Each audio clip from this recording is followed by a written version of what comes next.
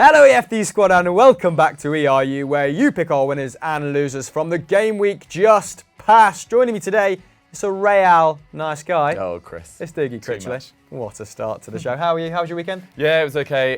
Had a stag in Lisbon, so not feeling my absolute best, but back for ERU, ready for it. Yourself? Nice. Yes, also in fighting form. Just happy I made it back in one piece. Yes. Stadio Olimpico though. Lovely. Right, first game comes from Blue Kangaroo. First team even. He suggested Bayern Munich because they've bounced back somewhat this week, haven't they? Dramatic week with Kovac resigning on Sunday, but they dominated Der Klassiker, beating Borussia Dortmund 4-0, moving up to third in the process. Robert Lewandowski even opened the scoring and ultimately the clincher at 3-0, meaning the Polish striker has scored in every single game this season except one, a 2-1 Pokal win over VfL. How about that Bochum. touch as well? Oh, so Look, nice. the ball is Dougie's head, and this is the touch. Unbelievable. His total now stands at 16 in 11 in the Bundesliga and 23 in 17 in all competitions. And he's over halfway to his best ever record when he scored 43 in all competitions in 16-17. Wow. Bear in mind, we're sort of approaching the middle of November. And just they've ridiculous. been quite underwhelming. Exactly, yeah. Well, except for Robert Lewandowski, they've been absolute bits without him. The second goal came from Serge Gnabry, whilst Mats Hummels made it 4-0 on his return to the Allianz, obviously in the wrong net. I think that's about 4 or 5 own goals for Dortmund this season. They need to sort that out. It was a clinical performance overall from Bayern, though. They had 18 shots, an XG of 3.91, 60% possession, and an 88% pass accuracy. And how about this for a back four? So they had Davies, Alaba, Martinez, and Pavard, and they allowed just 2 shots all game. And Davies, especially the Canadian, playing exceptionally well, making 7 tackles. Bear in mind that he's a winger playing at left back. That is a phenomenal return. So well done to him. And there was some, good performance further forward as well for Bayern. There was someone that we have doubted in the last couple of years as to whether his status as an elite player is up for debate. But in this game, he was very good. Of course, I'm talking about Thomas Muller, who made 3 key passes and contributed 2 assists from the centre of midfield as Hansi Flick, what name that is, sounds like a child's TV character, gave him a start. That was his first against a top bully team in 2 months. And from the left wing, Kingsley Coman was devastating, wasn't he? Making 5 key passes, completing 4 dribbles and made 4 tackles. So, back on form indeed. After the game, Bayern CEO Karl-Heinz Rummenigge said that Flick would remain the coach for the foreseeable future. Maybe Kovac is thinking I should have stuck round till post-Dortmund because they do have a habit of battering Dortmund. Yeah, was it 5-0 at the Allianz Arena, don't they? Completely changed it. Yeah. Before adding, this is Rummenigge. He crossed the finish line with flying colours and now will calmly continue with him. So maybe Bayern won't be scrambling around for a coach to get them across the finish line at all in the tail end of this season. Well, not even the tail end, in the second half of this season. As for Borussia Dortmund, like we said, they're not huge fans of Munich. So since a 3-0 victory there in 13-14, they've lost every single match in the Allianz Arena. 2-1, 5-1, 4-1, 6-0, 5-0 and 4-0. Oh my goodness. So, just numbers, just throwing numbers at you there. No context. And it wasn't a good night for Jadon Sancho, was it? With the Englishman subbed off after 36 minutes. Manager Lucien Favre saying, I didn't like what I saw and I had to do something. So his manager, stuck in the boot, didn't he, post-game as well. Was not beating around the bush when it comes to his prodigious young star. 6th place Dortmund in their next game now host Paderborn. That's after the internationals, of course, who are bottom on just 4 points. They'll be hoping to bounce back in convincing fashion and maintain pace at the top of a frenetic Bundesliga.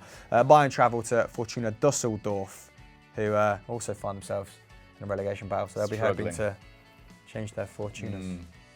Fortuna is actually a brand of cigarette in Spain. Okay, fair. Didn't know you were a smoker. No, I'm not. Knowledge. Really bad habit. Before we move on to our first loser, just a quick reminder to subscribe to EuroFootball Daily and hit that notification bell to never miss an ERU. But first loser is Fiorentina at the suggestion of @Giamalera, Chris. Yeah, La Viola beaten black and blue in this one, Dougie, by high-flying Cagliari. Still can't say them after 3 years of trying. desperately want to say Cagliari, but the G is silent. I know this, please don't crucify me in the comments. In the first half, Cagliari dominated with goals from Marco Rog, Fabio Pisacane and Giovanni Simeone. An emotional Giovanni Simeone, of course, playing against his former club, who's now contributed to 6 goals already this season after a pretty lacklustre final season in Florence. And it could have been worse for Fiorentina, with Cagliari registering 8 shots in the first half alone, putting 5 on target to Fiorentina's paltry 1.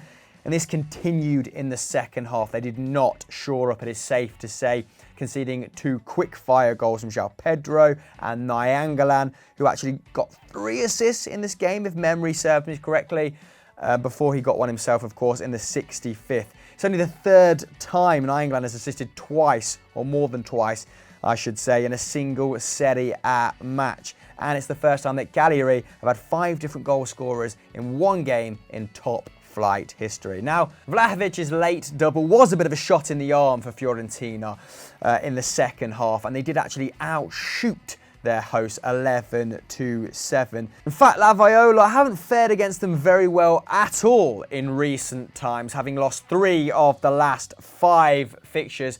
Haven't beat Cagliari since December 2017. I know you're all crying out for that stat. And they've been pretty up and down of late. Yeah, they haven't been great at all. They've only won 1 of their last 5, and that was a 2-1 victory away at Sassuolo. Since then, they've drawn 2 and lost 2. They see themselves in 16th, currently on 16 points, as close to the relegation zone as 4th, and with no player scoring more than 3 goals in the league. Cagliari, on the other hand, are currently occupying 4th spot, a big improvement on the 15th place finish of last season. They've only lost 3 games this season and are on a fantastic unbeaten streak of 11, winning 8 of those games in that time. The low move of Nainggolan in particular looks like a masterstroke, having only had 2 less goal involvements, 2 goals and 4 assists, than the entirety of last year for Inter, where he finished with 6 goals and 3 assists. João Pedro also looks like he's in the form of his life. The Brazilian has scored 6 goals already, just 1 behind his highest return in a single season. Congratulations to him. Could Cagliari realistically keep this up and do an Atalanta, which would see them in Europe for the first time since 1994, a fitting way to celebrate their 100 years of the club. They were founded in May 1920, so a lot going in their favour at their moment. The next 3 fixtures for them are Lecce, Sampdoria and Sassuolo, who are all in the bottom half of the table, whilst Fiorentina play Verona, Lecce and Torino. But Fiorentina fans, we want to hear from you. What is going wrong? What went wrong in this game? And how can you improve your current bad form? Let us know in the comments down below. Let's move on to our second winner. Final winner then, and this one comes from Zaphod 44, and it's Real Madrid. Los Blancos didn't have the best start to the season, but they've pegged the Blaugrana back now, Yeah, haven't they? I think their results have been a lot better than their performances. They're now level on points with Barcelona, having beaten Eibar 4-0 away from home. Karim Benzema opened the scoring in the 17th minute before Sergio Ramos doubled the visitors' lead, of course from the spot just 3 minutes later. Benzema fired in another penalty before the break, which was the 157th league goal for the club, surpassing legendary Hungarian striker Puskás to become their 6th top scorer in La Liga. He now has 16 goal involvements in 15 games in all competitions this season. Wow. Still one of the most underrated players in Europe, to my mind anyway.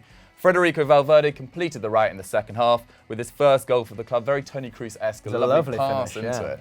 Zidane has now won all 3 of his trips to Eibar as manager by an aggregate score of 10-2. Loves it down there. Hate him down there. Yeah. Los Blancos are on a solid run of form, as we said, with 5 clean sheets in a row. Only goal difference separates them from leaders Barcelona, who beat Celta Vigo 4-1 with a Messi hat-trick, I believe, wasn't it? But they were pretty good value for their win in this, Chris. Yeah, dominant. Like you said, Zidane has a good time of it down there normally, and it continued here with almost 60% possession, an XG of 2.8 to 0.9 in their favour. So maybe they got the rub of the green when it came to generating 4 goals. With the home side actually having more shots too. That's 15 to the visitors' 10, but they only managed to put 1 on target. So shut them out, reducing to low quality chances pretty easily. Real hit the target 5 times, but to score 4 goals from 5 efforts on target is pretty bloody decent, isn't it? There were some great performances in the away ranks. Like you said, Benzema, of course, scoring twice. He also had 5 shots 4 dribbles and 11 touches in the opposition's box. A game high, along with Eden Hazard, who put in some wonderful little tricks and flicks in this game. The little Rabona cross as well, which I was a huge fan of. The Belgian didn't manage to get his name on the score sheet in this game, but was still pretty lively. He won his side the penalty and completed the game with 7 dribbles. Back to somewhere resembling his best. Bit of a slow start. Yeah, looking a little bit more slim. Valverde also impressed. The 21-year-old looks like he's getting better with each game. As well as his goal, he completed a match high of 7 tackles and interceptions, really providing Real with some solidity at the base of midfield. As for Eibar, Japanese winger Takashi Inui was their biggest threat with 5 shots, but only managed to hit the target once. And Pablo de Blasis, who played right back, had a torrid time in this 90 against Hazard, being dribbled past 5 times, giving away the penalty. So sorry to sound you out, Pablo, but that was a fairly bad performance. Eibar now 15th in La Liga. Is their run as a team that punches above their weight coming to an end? You'll have to let us know, Eibar fans, in the comments below. Real Madrid have a tough tie up next against high-flying Sociedad at home, though. So they'll be confident they can get a result there and continue to put pressure on Valverde's Barcelona. It's all on, isn't it, in La Liga? It's on. Let's move on. Our final loser is Nantes at the suggestion of Le Boisson. Yes, no big side bias here, Doogie, because we've Certainly inexplicably included Nantes being defeated by a resurgent Saint Etienne. Now, after beating Lyon 1-0 away near the end of September, the Brittany-based side had every reason to believe that they could kick on. They sat near the top of the table at that time, behind proverbial winners Paris Saint-Germain, but then a run of 4 straight defeats, including conceding 5 in their last 2 games, has seen them plummet down the table to 9th, just 3 points ahead of Lyon, who of course having issues of their own at the start of the season, aren't they? Their bad run of form in the last 5 games is only matched by bottom sides Nîmes and Toulouse. And to make matters even worse, they threw away the lead twice against Saint Etienne, who have been in excellent form since former Leicester and Southampton boss Claude Puel returned to the club. He's collected 13 points from his last 5 fixtures, almost as if he was a good manager. He was probably a little bit unfairly maligned whilst at Leicester for being chronically boring in post-match interviews.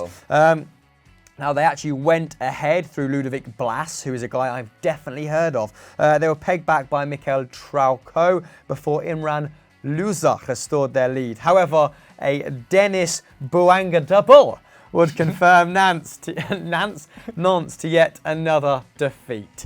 None of them put in the script phonetically. Henry just thinking that I've definitely watched all of them play and I'm familiar with all of their skill sets. Yeah. Big shout out for that, Henry. We're all learning something new in this Nantes section. In this game, they failed to capitalise on any significant possession they had. Despite dominating the ball with 61%, they completed 18 dribbles to Saint Etienne's 6. And having a pass completion rate of 80% to the opposition's 70%, it was their inability in front of goal that cost them here. Saint Etienne managed more efforts on goal, shooting 11 times to Nantes' 9, and were far more clinical, converting 3 of their 4 shots on target, whereas the home side only managed 2 from 6.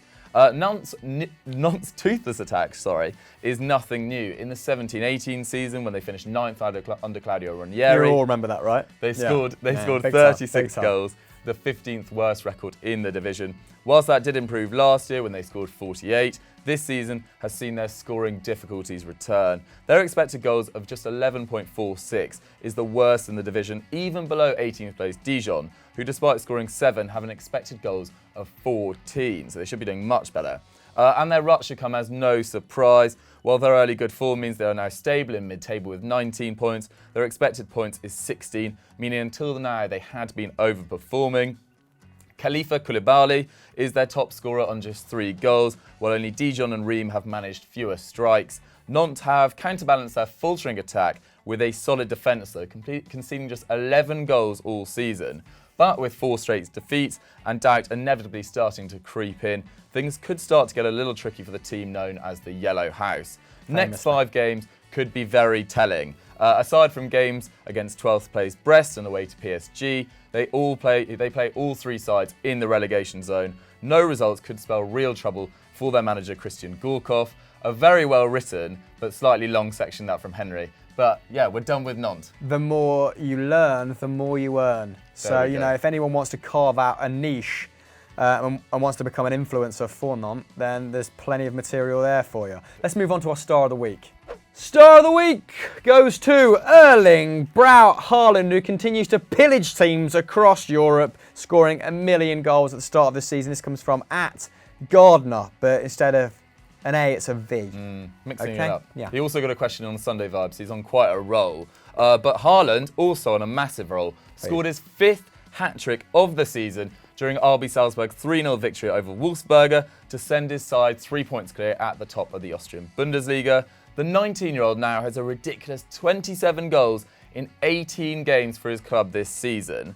And although his 15 league goals is three more than the next best in Austria, which is teammate Patson Daka, who is himself just 21, he's also performing in Europe with 7 goals in 4 Champions League games, so he's not just a small flat-track bully. The Norwegian is currently averaging 3.7 shots per 90 in that competition and a goal every 39 minutes. And this is unsurprisingly leading to a bit of interest from around Europe, Chris. Yeah, Bild actually reporting that Juve are keen on his services to the tune of 100 million euros, because that's exactly what the old lady needs. Another prodigious young talent rotting on the bench while Ronaldo continues to pick up all the minutes, aged 46. The Manchester Evening News think that Ole Gunnar Solskjaer is going to move for him. Of course, he tutored him at Mulder, so they may want to link up again. It all gets very tenuous, doesn't it? Especially when we're quoting the Manchester Evening News. And I'd be very surprised if the RB family at large lets him kind of slip through their fingers. Although, for 100 million euros, they could probably go and find they've got that cash, 4 or 5 great players, can't they? From nowhere, from obscurity. So maybe if the fee's sizable enough, but will he move to Leipzig? That's a well-trodden path. Who knows? He's kind of always said that he'd like to play for Leeds, and his dad's insisted he'd like to play in the Premier League. So who knows? Maybe if Super Leeds United get promoted, God, can you imagine? He'll lead the line there, along with what's his name? He used to play for Norwich. Grant Holt. No, not Grant Holt. Definitely not Grant Holt. That's the end of the show. We're ending that on Grant Holt. Doogie, if the wonderful subscribers are still around at this point, what should they go and watch now? They should go over to Football Daily and watch Winners and Losers, and they should stay right here and check out all the Stat Wars the Leagues, because it's the final game week starting now, and there is drama at both ends. I'm going down, baby. I'm going down. I could be joining you. What's his name? It's not Jordan Rhodes, it's the other one. I can't think of his name. He used to play for Middlesbrough as well. He's been on loan at every other... the Chelsea youngster. Yes. Patrick Bamford. Patrick Bamford. Yeah. Get in there. Subscribe. Bye. Bye.